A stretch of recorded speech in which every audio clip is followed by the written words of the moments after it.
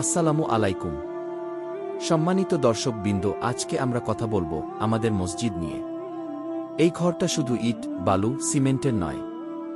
এটা আল্লাহর ঘর। এখানে আমরা সিজদা দেই, কান্না করি, দোয়া করি। এই জায়গাটা আমাদের রুহের প্রশান্তি। সম্প্রতি আমাদের মসজিদের অজুখানার উপরে ছাউনি দেওয়ার প্রয়োজন হয়েছে। জরুরি কিছু কাজ শুরু হয়েছে। কাজের প্রয়োজনে দরকার ছিল ইটের খোয়া। মসজিদের পাশে পড়ে থাকা কিছু ভাঙা ইট ছিল, সেগুলো ভেঙে খোয়া বানাতে হবে।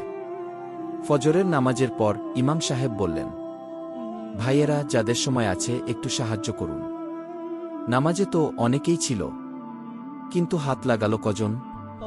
মাত্র কয়েকজন। হ্যাঁ, অল্প কিছু মানুষই সামনে এলো।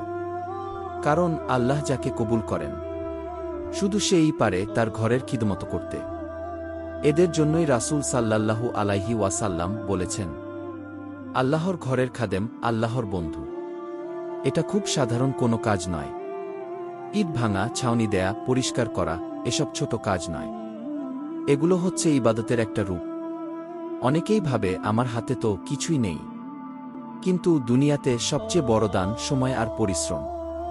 তুমি হয়তো অনেক টাকা দিতে পারো না, কিন্তু 1 ঘন্টার শ্রম তো দিতে পারো। এইসব ছোট ছোট কাজগুলোই কিয়ামতের দিন বড় হবে। সেদিন যখন সবাই ইয়া নাফসি ইয়া নাফসি করবে, তখন এই ছোট ছোট কাজগুলোই আমাদের জন্য হবে নাজাতের উসিলা। আল্লাহ যেন আমাদের অন্তরকে নরম করে দেন। আল্লাহ যেন আমাদের সবাইকে তার ঘরের সেবক হিসেবে কবুল করে নেন।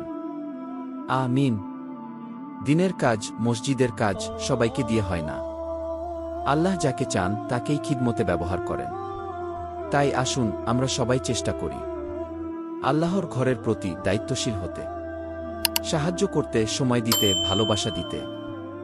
আল্লাহর ঘরের খিদমত করলে আল্লাহ তোমার ঘরের দায়িত্ব নিয়ে নেন।